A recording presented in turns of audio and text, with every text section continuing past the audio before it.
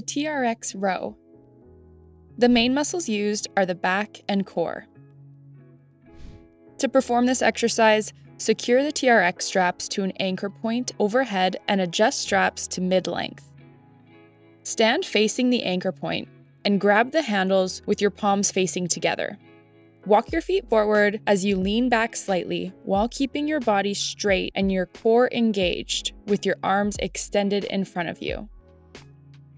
Pull your body upward using your back muscles. Focus on squeezing your shoulder blades together as you pull yourself up.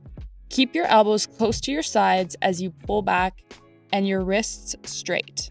Continue pulling until your hands reach your chest level or just slightly below.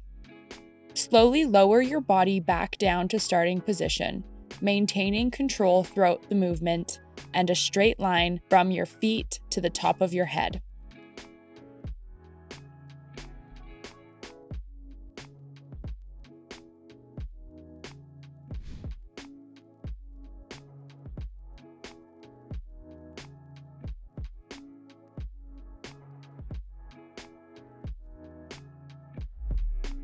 Avoid letting your hips sag down, and avoid letting your back round.